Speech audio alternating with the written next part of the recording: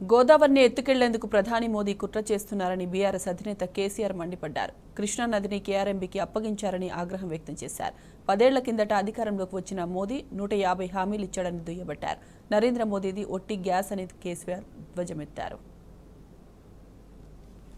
BJP ప్రభుత్వం 10 ఏళ్ల కింద అధికారంలోకి వస్తే ఒక 150 హామీలు ఇచ్చినాడు. ఆయన 150 ఒక్కటన్నా అమలు జరిగిందా? సబ్కా సాత్ సబ్కా వికాస్ జరిగిందా? ఇంటికి 15 లక్షలు ఇస్తామన్నారు, వచ్చినాయా?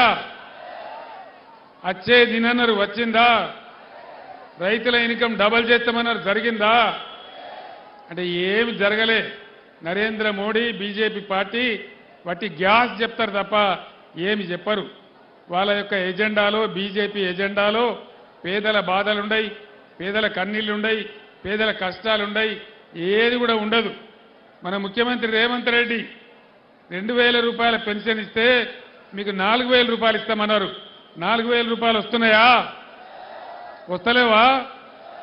ఇక్కడ మెదకులు వచ్చినాయట కదా, ఏం మీరు అబద్ధం చెప్తున్నారు? ఇవ్వలకు కూడా రాలేదా? రాలే. అదేవిధంగా ఇంకా చాలా మాటలు చెప్పినారు. నిరుద్యోగ భృతి ఇస్తాం, విద్యార్థులకు 5 లక్షల కార్డు ఇస్తాం, చాలా చెప్పినారు. ఏ ఒక్కటి కూడా అమలు కాలే. దీన్ని బట్టి మనకు అర్థమయ్యేది ఏంది? ఖచ్చితంగా ఎట్టి పరిస్థితులలో ప్రజలను మోసం చేసి గద్దెకెక్కి మళ్ళా మోసం చేసే పరిస్థితి చేస్తూ ఉన్నారు. అన్నిటికన్నా పెద్ద ప్రమాదం మెదక్లో హల్దీ వాగు బ్రహ్మాండంగా హరీష్ రావు నీటిపారుదల మంత్రిగా ఉన్నప్పుడే దాన్ని మల్లన్న సాగర్ లింక్ చేసుకున్నాం. హల్దీ వాగు మీద బోలెడన్ని చెక్ డ్యాములు కట్టుకున్నాం. కాళేశ్వరం నీళ్లతో దానికి లింకు కలుపుకున్నాం.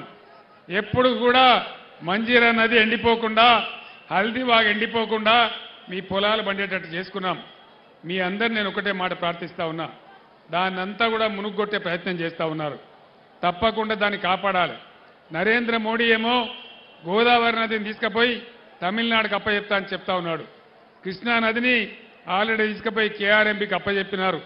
మన నదుల నీళ్లు కాపాడుకోవాలన్నా, మన రాష్ట్ర భవిష్యత్తు కాపాడుకోవాలన్నా, ఈ కాంగ్రెస్ గ్యారంటీలు అమలు చేయించాలన్నా, మన యొక్క తెలంగాణ ఆత్మగౌరవం కాపాడుకోవాలన్నా ఖచ్చితంగా ఇవాళ బీఆర్ఎస్ అభ్యర్థులే గెలవాల్సిన అవసరం ఉంది.